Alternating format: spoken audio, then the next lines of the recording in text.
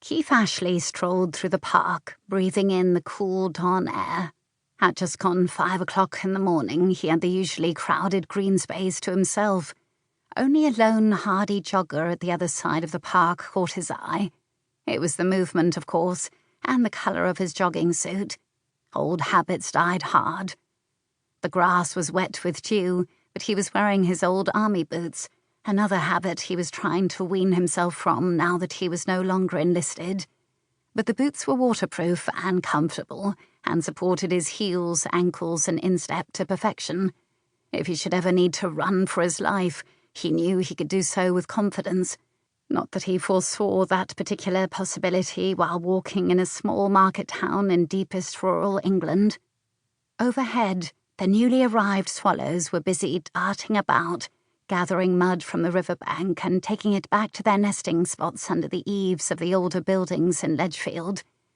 Keefe, at just over 6 feet tall, was a wiry, energy-packed man who could lope along for hours without needing much rest. In the deserts of the Middle East, that trait had once proved useful. Now he felt restless and edgy. He decided, after his morning walk, to go to the gym and work out for an hour or so. His doctors had told him to rest and recuperate, but had agreed that healthy exercise taken in moderation was more than acceptable.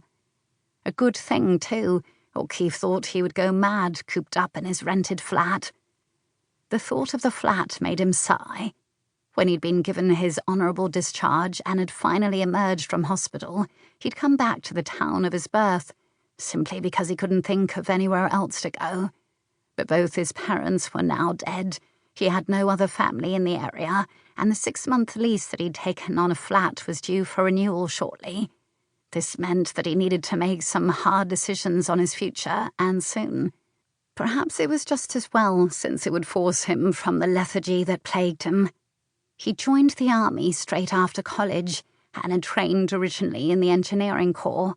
For 10 years, he'd helped the army build roads in the face of rebel opposition and construct bridges over wide brown rivers that regularly flooded, and more often than not were filled with things that wanted to eat him, and which made working conditions so horrendous. Then, when he was 28, he'd been spotted and recruited by an intelligence officer who decided that he could put his brains and hard-won wiry brawn to other, far more covert uses. And so, for the next 9 years, he'd worked in the shadowy, dangerous area of special ops,